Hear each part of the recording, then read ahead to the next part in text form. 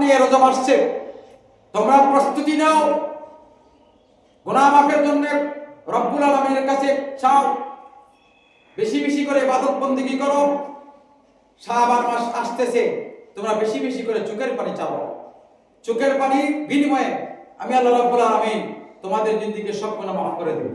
তুমি যদি ওই মাস থেকে, অর্থাৎ রজবকে এমন একটা মাস, অর্থাৎ রজব শাবানের সাথে আল্লাহ পাক রব্বুল আলামিন আনয়ন করেছেন যে অন্তর পরিষ্কার, অর্থাৎ অন্তরকে আল্লাহ পাক রব্বুল আলামিন 2 মাসে সাফ করে দিবেন।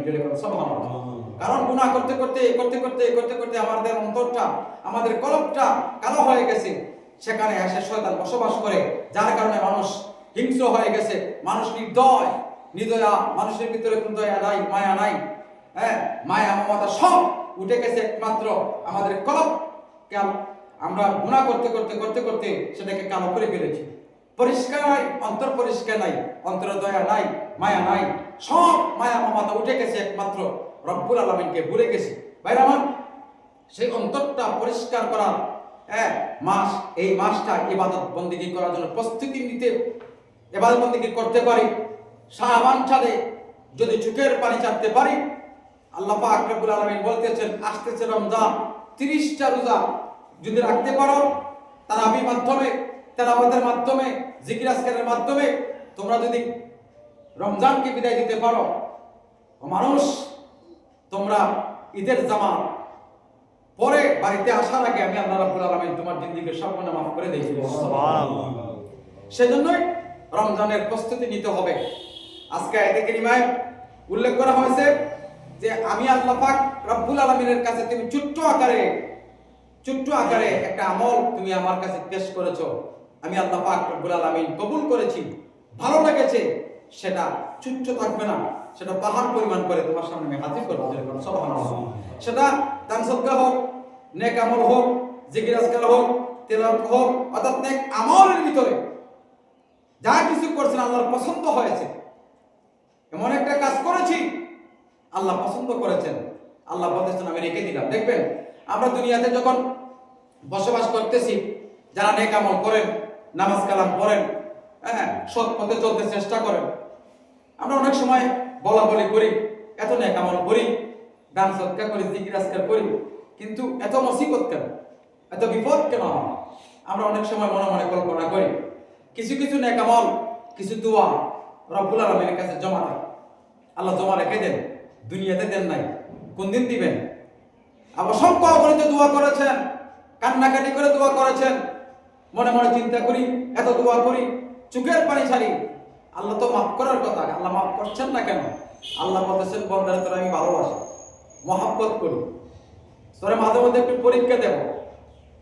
এই জন্য আপনি যদি খারাপ পথে চলে যান, আল্লাহ পাক রশিটাকে ডিল করে দেন, যা দেখি তোমার সীমানা কত, মনে রাখবা টান কিন্তু আমি দেবো, কারণ হায়াতের রশি আমি আল্লাহর কাছে। আপনি নেক আমল করেন, আল্লাহ রশি ছেড়ে দেন, করতে থাকো। এই জন্যই আল্লাহ যাকে মহব্বত করেন, ভালোবাসেন, তাদেরকে আল্লাহ একটু পরীক্ষা করার জন্য একটা মুসিবত দান করেন। এবং কিয়ামতের ময়দানে আল্লাহ পাক বলবেন, নেক আমল করার পরেও, হালাল রুজি রোজগার করার পরেও, কষ্ট করার পরেও তুমি আমি আল্লাহকে বলো নাই, আজকে তোমাকে আমি প্রতিদান দেব, তুমি সেটা কল্পনাও করতে পারবে না। যেরকম সুবহানাল্লাহ।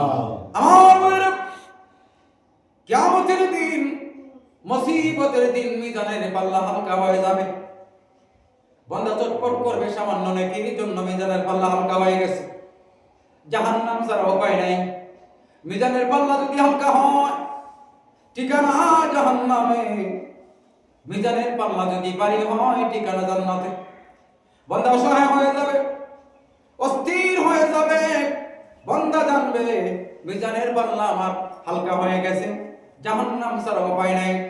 ওই মুহূর্তে আল্লাহ রাব্বুল আলামিন, আপনি দুনিয়ার জমিনে নেক আমলগুলি করেছিলেন, আপনি কল্পনা করতে পারেন না কখন কোন মুহূর্তে আপনি খালিস দিলে নেক আমল করেছেন।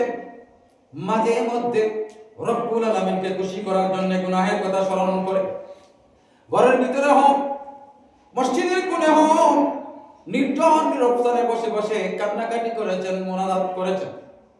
চোখের পানি ছেড়ে ছেড়ে রব্বুল আলামিনের দরবারে কান্নাকাটি করেছেন। আল্লাহ গো, সংসার পরিচালনা করতে যাইয়া যে কোনো কাজের ক্ষেত্রে হোক আমি অনেক অন্যায় করেছি, অপরাধ করেছি, পৃথিবীর কেউ জানে না, আল্লাহ তুমি জানো। আমার ভাইয়েরা, দুনিয়ার বুকে মানুষ যাহা কিছু করে আল্লাহ বলতেছেন, বান্দারে সাত জমিনের নিচে একটা কীট, ছোট্ট একটা পিপুলিকা যদি সাত জমিনের নিচে হাঁটে, আমি আল্লাহ রাব্বুল আলামিন ওই পিপিলিকার ওই কীটের পায়ের আওয়াজ আমি আল্লাহ শুনতে পাই। সুবহানাল্লাহ।